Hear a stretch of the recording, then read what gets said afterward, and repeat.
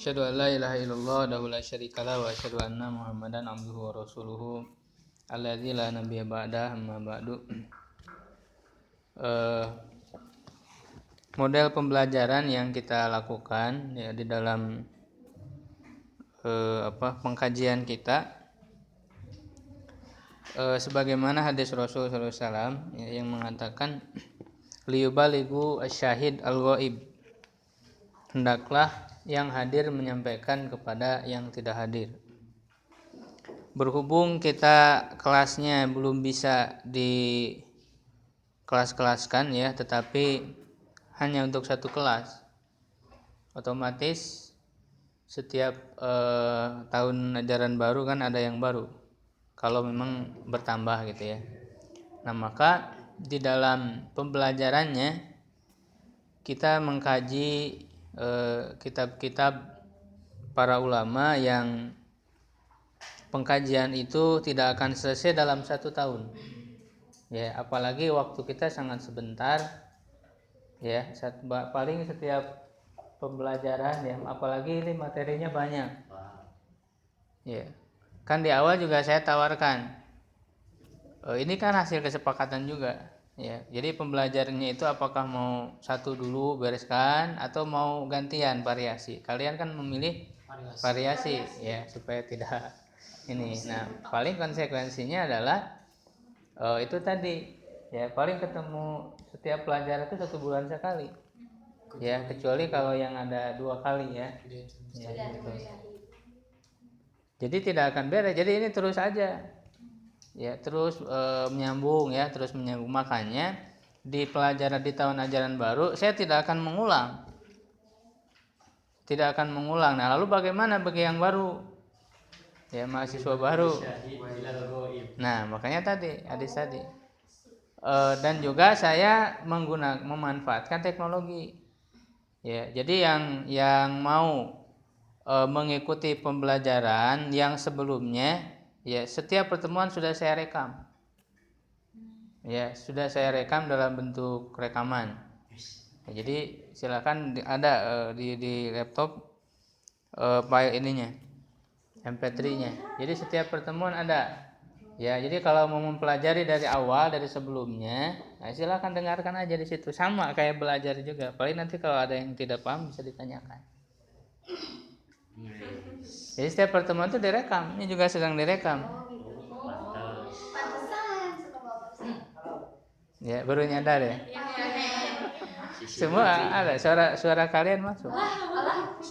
Ya, yang kalian baca apa? Kalau untuk Bidayatul Mujtahid itu direkaman sudah ada 6 ini.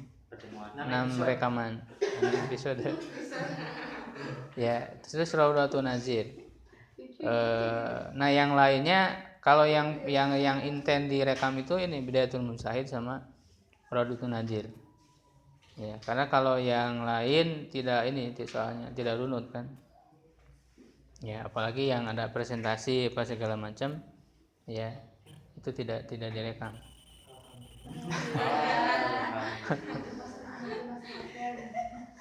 Ya, paling nanti tinggal mengejar aja yang ininya, yang ketertinggalan. Soalnya kalau untuk kayak tareh itu kan mengulang sebenarnya yang sudah dipelajari di sanawiyah. Ya, tinggal nanti kita akan mempelajari tema-tema yang per tema lah gitu. Kita belajar tarinya per tema, tidak akan merunut. Ya, kalau merunut mah itu harus dibaca.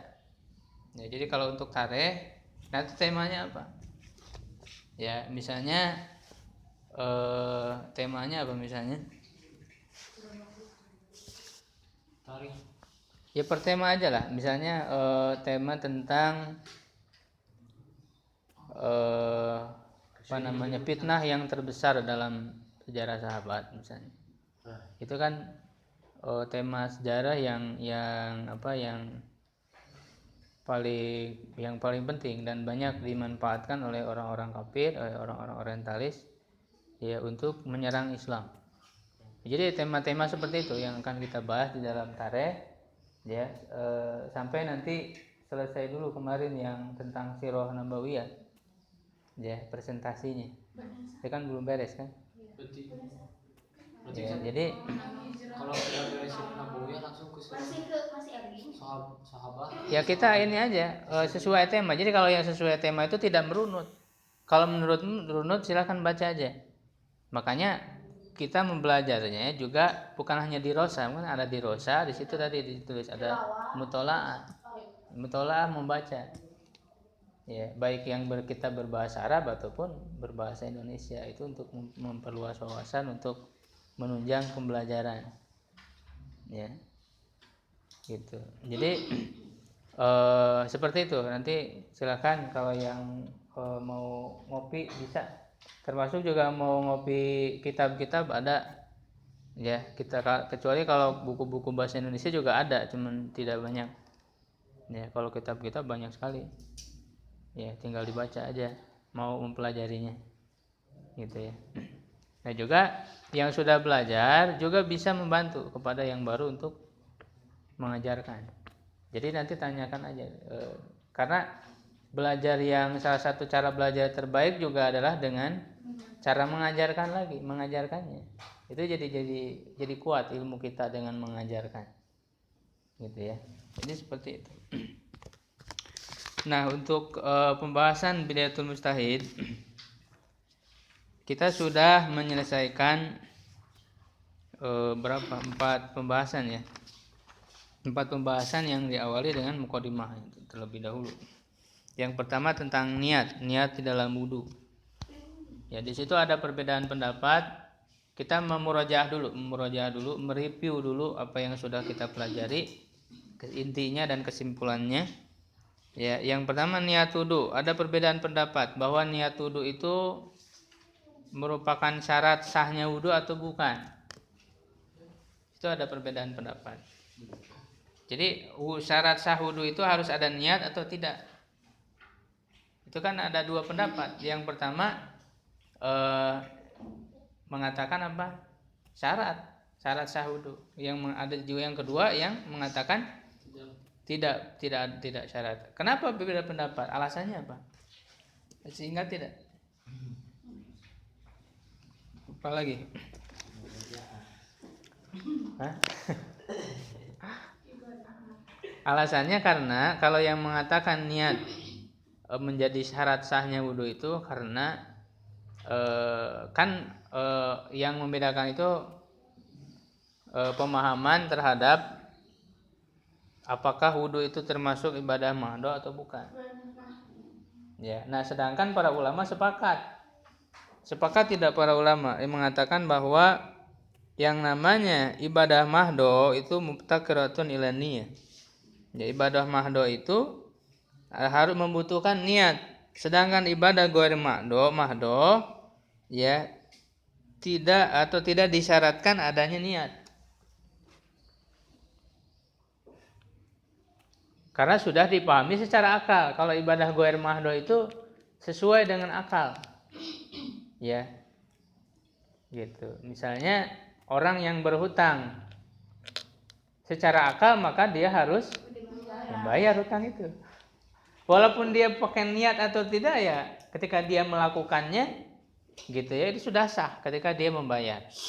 Karena itu adalah termasuk ibadah yang ghair mahdo. Ghair mahdo itu sifatnya maqulatul makna. Bisa dipahami maknanya oleh akal. Nah, kalau yang mahdo, ibadah mahdo itu artinya murni. Mahdo itu artinya murni untuk kepada Allah secara langsung. Seperti sholat ibadah mahdo, ghair mahdo. Mahdo, karena dan sifatnya berbeda tadi. Kalau ghair mahdo maqulatul makna, kalau yang mahdo ghair maqulatul makna. Kenapa sholat subuh 2 rakaat? Bisa nggak dipahami secara akal? Tidak bisa, karena itu mahdo. Ghair maqulatil makna, tidak dipahami secara akal maknanya. Nah, kalau yang mahdo itu wajib syarat ada niat. Ya, itu kesimpulan dari para ulama ahli usul, ya ahli usul fikih. Nah, sekarang perbedaan pendapatnya adalah apakah wudu itu termasuk ibadah mahdo atau ghair mahdo. Yang menyatakan bahwa wudu itu termasuk ibadah mahdo berarti wajib syarat sahnya harus niat. Kalau orang yang mengatakan bahwa wudu itu ghair mahdo ya maka tidak menjadi syarat harus adanya niat. Jadi gitu perbedaannya, tinggal kita memilih mana yang rajih, mana pendapat yang kuat. Ya, kita sudah berambil kesimpulan bahwa wudhu itu termasuk ibadah mahdo. Di antara buktinya apa? Ya kalau kentut, Iya, kalau kentut yang dicuci kan bukan duburnya, tetapi harus mengulang lagi wudhunya. Artinya kan tidak sesuai secara akal, gitu. Dan yang namanya hadas itu kan tidak terlihat. Wudhu itu kan, berwudhu itu untuk menghilangkan apa? Hadas apa? Hadas kecil. Hadas itu tidak terlihat. Dan kita disuruh melaksanakan wudhu, mencuci ini, ya kita tidak tahu. Ya itu ketentuannya sudah begitu. Ya, gitu kan. Kenapa ketentuannya hanya sampai sikut? Tidak, udah aja langsungin sampai ke sini, gitu kan. Padahal kan bisa aja hadasnya ada di sini. Kita kan nggak tahu karena hadasnya tidak terlihat. Ya kan? Jadi nah itu termasuk ibadah makdo yang goer makulati, makna berarti harus adanya niat syarat sahnya. Termasuk juga mandi yang menghilangkan hadas besar. Itu pembahasan yang pertama. Pembahasan yang kedua, mencuci kedua tangan. Ya, nah ini kaitannya adalah dengan ketika bangun tidur, ada hadisnya. Ya, ini sebenarnya. Nah nanti untuk menyertai pengkajian tentang fikih ini ya, yang dengan rujukan utamanya Bidayatul Mujtahid, juga harus disertai dengan hafalan kitab Bulughul Maram, kitab hadis Bulughul Maram. Jadi sedikit-sedikit. Nah ini hadis-hadis ahkam itu tidak akan keluar, pasti ada sangkut pautnya dengan hadis di Bulughul Maram. Ya, pasti akan ada kaitannya. Ini adalah salah satu hadis yang ada di Bulughul Maram. Ya, gitu. Idza istaiqadha ahadukum min naumihi falyaghsil yadahu qabla an yadkhulaha fil ina'a fa inna ahadakum la yadri aina batat yaduhu ya. Nah, ini coba sedikit-sedikit dan sambil dihafal dan nanti bisa disetorkan ke anak. Ada catatannya, punya buku hafalan, catatan hafalan. Ya, kalau Quran kan kemarin sudah diprogramkan ya. Nah, itu coba dilaksanakan programnya. Ya, jadi kita betul-betul punya niat ingin benar-benar mendalami agama itu jangan setengah-setengah. Mumpung kita masih muda, mumpung kita masih kuat, punya kesempatan, otak masih encer, bisa menampung untuk menghafal, untuk membaca, untuk segala macam, ya manfaatkan. Kalau udah tua kan repot, ngapalinnya sulit. Mungkin sekarang masih muda. Iya, ya. Jadi harus dibarengi dengan hafalan. Ingat, yang namanya belajar dalam Islam tidak bisa dipisahkan dari hafalan. Ya, sekarang orang yang namanya dikatakan pendidikan modern misalnya, ya, pendidikan modern yang diajarkan di kampus-kampus, nanti kamu akan yang kuliah itu akan bertemu dengan pelajaran-pelajaran kampus ya, dengan teori-teori yang datang dari barat ya, dari orang-orang kafir ya. Mereka mengatakan teorinya itu menghilangkan hafalan dari pendidikan karena dianggap bahwa hafalan itu tidak ramah otak dan lain sebagainya ya, gitu. Nah itu tidak sesuai. Kalau dalam Islam jelas, bahkan Imam Ibnu Jauzi rahimahullah menulis satu kitab khusus, nama kitabnya adalah Al-Hassu ala Hifzil Ilmi, mendorong untuk menghafal ilmu. Jadi para ulama dari dulu mereka dihafal dan diawali dengan menghafal Quran, lalu menghafal hadis, lalu menghafal ilmu-ilmu. Makanya saya konsisten untuk melaksanakan ilmu itu, melaksanakan perintah itu. Ya, gitu. Walaupun ya itu tadi, karena memang itu ada orang yang menelitinya ya, gitu, nyambung dengan apa? Dengan hawa nafsu. Hawa nafsunya apa? Malas kalau menghafal, ya udah klop gitu kan, gitu. Itu katanya menghafal itu tidak bagus, tidak usah menghafal, tidak perlu menghafal. Ya emang senang kalau misalnya anak-anak itu gak usah menghafal kan, senang. Tapi orang belajar itu tidak akan maksimal kalau tanpa dengan menghafal. Nah, makanya kita tetap ada program untuk menghafal itu. Ya, dimulai dari menghafal Quran, kemudian hadis. Seperti itu. Nah, dari hadis ini ada 4 pendapat kan dari para ulama. Yang pertama pendapatnya wajibun ala muntabahi minan naum. Ya, jadi mengambil hukum dari hadisnya hukum. Jadi mencuci tangan setelah bangun tidur, cuci tangan 3 kali, telapak tangan. Itu mengambil hukum, kesimpulan hukum ada 4 pendapat. Yang pertama wajib bagi orang yang bangun tidur. Ya kan? Setiap bangun tidur umum, bangun tidur. Yang kedua wajib bagi bangun tidur malam. Hanya malam. Ini Imam Ahmad. Ya, salah satunya yang berkesimpulan dari hadis itu ada kata batat. Batat itu menunjukkan di malam hari. Bahkan ada hadis di riwayat lain minal lail, dari waktu malam. Kemudian yang ketiga mustahab sunnatun bil itlaq. Sunnah secara mutlak hukumnya itu. Dan yang keempat mustahabun lisyak. Mustahab dianjurkan bagi yang ragu. Nah, mana pendapat yang lebih kita pilih? Saya lebih memilih kepada mustahabun lisyak. Ya, mustahabun lisyak. Jadi pendapat yang saya ambil berdasarkan pembacaan, nanti juga yang sudah siap untuk meneliti dari kitab-kitab para ulama sudah saya berikan rujukannya bahwa ilmu fikih ini kan ada ilmu fikih mazhab, ya, ilmu fikih muqarin, ya, ilmu fikih perbandingan. Nah, bidayatul mujtahid termasuknya adalah ilmu fikih perbandingan mazhab.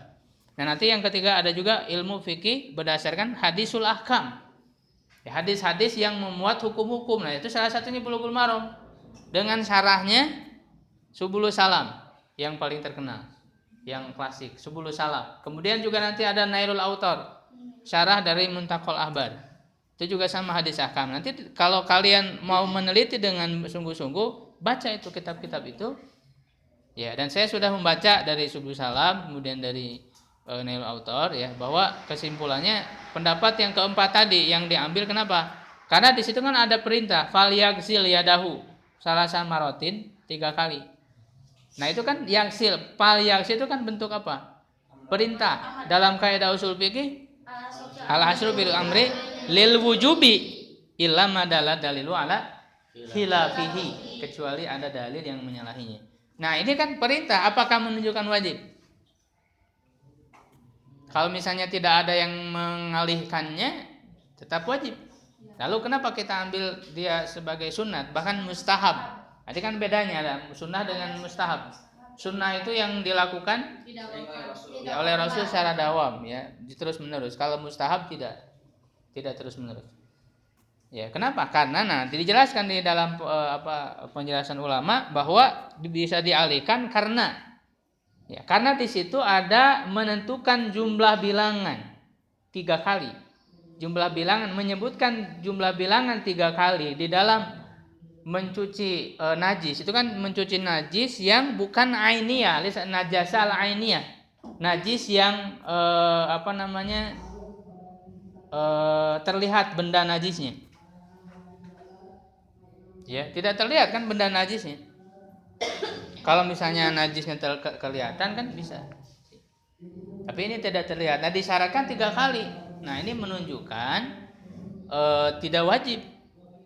Yang pertama. Kemudian yang kedua, di situ sebenarnya ada ilatnya. Ilat itu apa? Alasan adanya hukum. Adanya hukum, ada ilat. Di situ ada ilat. Apa ilatnya? Nah, ilatnya apa? Innahu la yadri ainabat, itu menunjukkan apa? Keraguan-raguan. Lisyak, makanya diambil lisyak untuk yang ragu-ragu. Nah, yang bangun tidur, jadi sebenarnya untuk memahamikan itu hadisnya, lafadznya kan dari bangun tidur. Ya, tapi sebenarnya bukan hanya untuk yang bangun tidur saja. Karena bangun tidur itu adalah bagian dari keraguan-raguan. Ya kan? Orang tidur kan tidak tahu apa yang dilakukan selama tidur, jadi ragu-ragu. Nah, karena ilat ini, maka walaupun tadi ada kata batat yang menunjukkan malam hari, menjadi gugur pendapat itu. Kenapa? Karena diambil ilatnya. Ya, gitu. Jadi dia umum baik tidur di malam hari ataupun tidur di siang hari, dan tidak hanya khusus bagi yang tidur saja. Pokoknya bagi yang ragu-ragu walaupun tidak tidur. Kita misalnya ragu-ragu tangan kita itu terkena najis atau tidak, maka karena keraguan-raguan itu menjadi sunnah. Nah, kenapa tidak wajib? Padahal kan mencuci najis hukumnya apa? Wajib. Kenapa tidak wajib? Karena keraguannya. Di situ ada kaidah bahwa keraguan-raguan itu tidak bisa menjadikan wajib. Ya, ragu-ragu itu tidak bisa menjadikan wajib karena diambil dari hukum asal. Hukum asalnya apa? Hukum asalnya suci. Al aslu fil asyaya toharo. Ya, jadi asalnya itu suci. Tapi karena ragu-ragu, nah maka mencuci. Nah maka hukum mencuci itu menjadi mustahab, tidak wajib. Apalagi ditambah dengan ada sababul wurud. Hadis itu dijelaskan di Nailul Autor. Sababul wurudnya itu orang-orang sahabat pada saat itu mereka kan panas ya, iklimnya panas. Kemudian mereka itu suka keluar keringat. Nah, ketika mereka tidur dan mereka beristinja atau beristijmar, istinjanya dengan batu mereka itu, karena kan kekurangan air. Nah, biasanya mereka istinjanya pakai batu. Otomatis kan yang namanya pakai batu ya tidak seperti pakai air gitu ya. Tidak sebersih pakai air. Nah, maka sangat dikhawatirkan ketika mereka tidur, apalagi keringat, keluar keringat, panas, istinjanya pakai batu, ya sangat berkemungkinan itu si tangan itu nggak tahu kemana ini, memegang ini itu, ya itu tidak aman dari memegang tempat-tempat yang ada najis di situ. Itu sababul wurudnya. Ya, sabab urutnya. Nah, kalaulah dijelaskan di Nailul Autor itu, kalaulah tangannya dia diikat ketika dia tidur, tangannya diikat ketika tidur, ya dia yakin bahwa tangannya itu tidak akan ngopepang gitu ya, tidak akan memegang kemana-mana, sehingga ketika bangun tidur yakin dia tidak terkena najis. Kalau yakin dalam keadaan seperti itu, tidak apa-apa. Ya, nah. Maka bagi yang ragu seperti itu, karena tadi ketika kita tidur, bahkan kita pun kan sebenarnya juga walaupun tidak dengan iklim panas, tidak keringat kan tetap aja kalau hardang keluarnya keringat gitu kan. Ya, walaupun istinjanya juga pakai air ya, tetap aja kadang-kadang itu kan tangan itu suka garuk. Benar nggak? Ya, suka menggaruk ya, menggaruk tempat-tempat yang ya dimungkinkan di situ ada ya, jadi seperti itu. Ini untuk mengulang dulu supaya nanti apa yang kita pelajari itu harus jelas ada hasilnya gitu kan, seperti itu.